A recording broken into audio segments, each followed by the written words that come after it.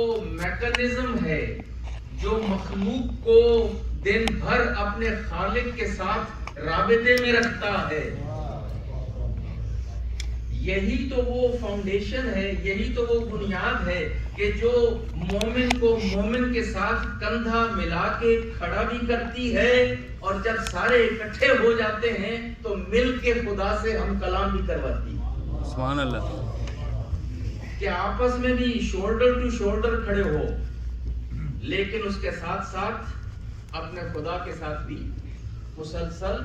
ہم کلام رہو اور اس کے ساتھ رابطے میں رہو۔ تو نماز معاف کر دی تو گویا کہ ہم نے تو پورا دین معاف کر دیا، اس پہ تو کوئی کمپرومائز نہیں ہو سکتا۔ ایک اور بڑے قبیلہ کے سردار آئے، انہوں نے کہا میں مسلمان ہو جاؤں گا مگر میرے پاس کئی درجن بیویاں ہیں اور وہ بڑی محنت سے میں نے اکٹھی کی ہیں اور مجھے بڑی عزیز ہیں،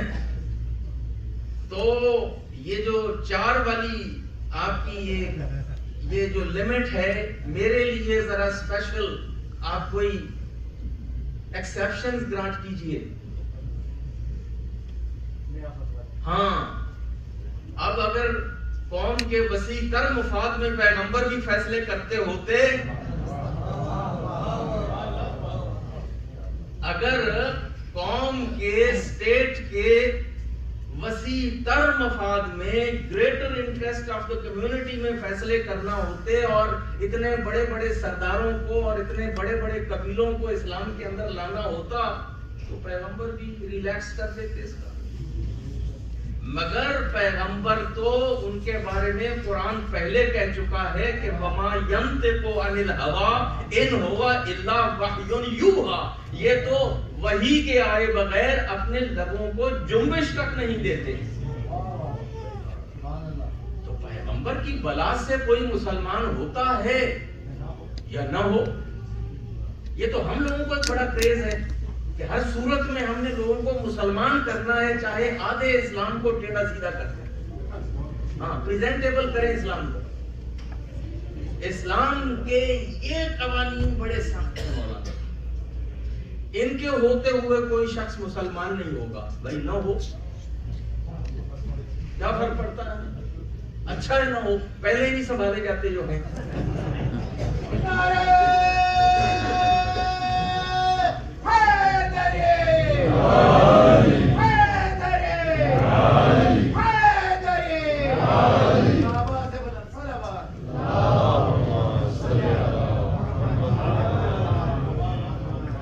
انہوں نے کون سا آسمان کو اپنے ہاتھوں پہ اٹھایا ہوا ہے جو پہلے یہ چاند اور آ جائیں گے تو بڑا اسلام کا فائدہ ہو جائے گا۔ یہ ایک الگ موضوع ہے جس پہ میں بات کیا کرتا ہوں، اب وقت نہیں ہے، میں ایک نیا موضوع چھیڑنا نہیں چاہتا،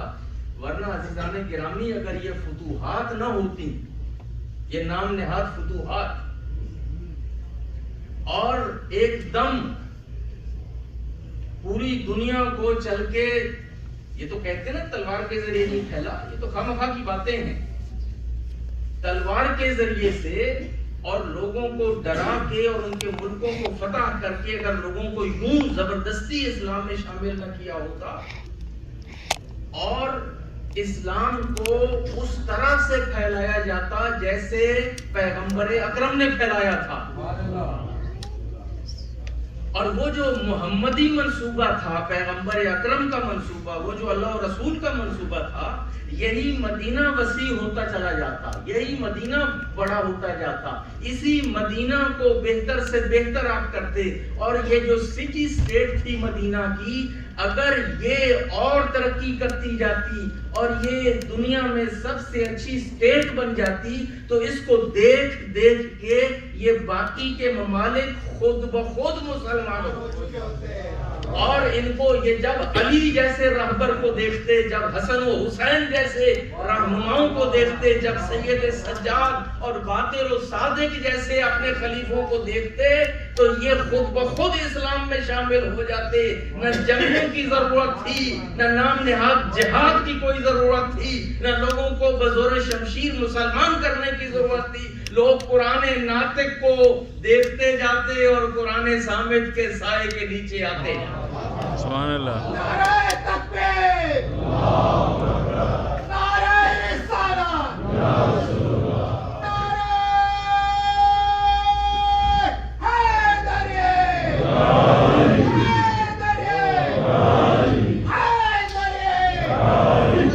سے بولا صلوات.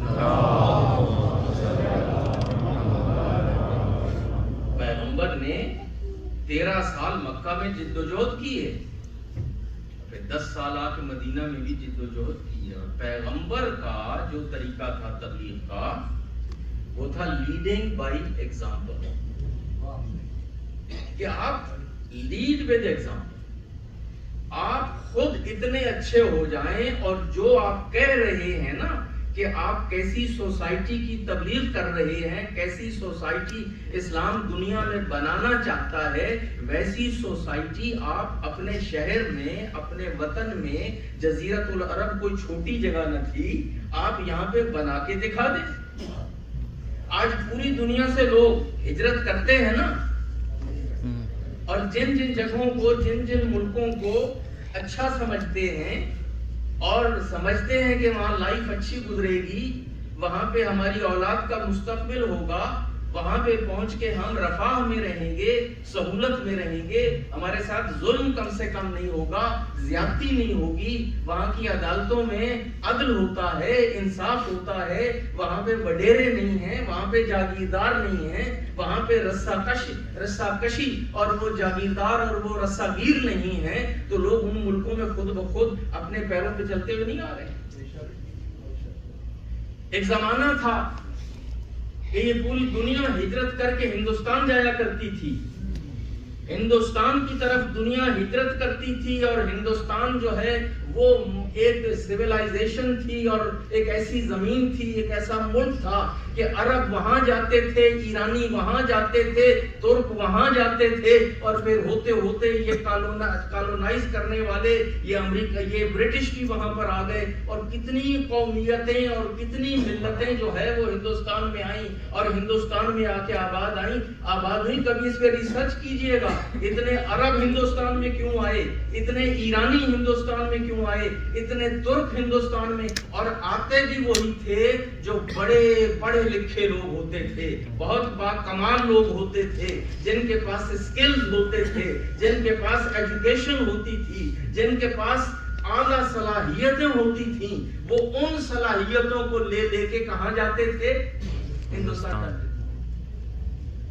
پھر جب دنیا تبدیل ہوئی، اب وہی لوگ وہ انہی صلاحیتوں کو لے کے، کوئی یورپ آ رہا ہے، کوئی امریکہ آ رہا ہے. تو اگر آپ کے پاس کچھ ہو آفر کرنے کے لیے اور دنیا کو دکھانے کے لیے، تو عزیزوں دنیا کو وہ دور تک نظر آ جاتا ہے. چڑھا ہوا سورج ہر کسی کو نظر آتا ہے. مسلمانوں نے بجائے اس کے کہ پیغمبر کی سیرت پہ عمل کرتے ہوئے اپنی سٹیٹ کو ماڈل سٹیٹ بناتے اور اسلام کو وہاں پہ صحیح معنوں میں نافذ کرتے، اور پھر اس کی نورانی شعاعیں جو ہے وہ اس کی پوری تابانی، اس کی ضوء فشانی پوری دنیا تک پہنچتی، تو خود بخود دنیا اس کی طرف لپک کے آتی. لیکن انہوں نے کیا کیا کہ جناب فوجیں دوڑائیں اور بحر ظلمات میں دوڑا دیے گھوڑے. ہمارے اقبال صاحب کو بھی بڑا شوق تھا جہاد کا، اور چنانچہ وہ بڑے فین تھے اس کے، تو بحر ظلمات میں گھوڑے دوڑانے کے لیے چل نکلے،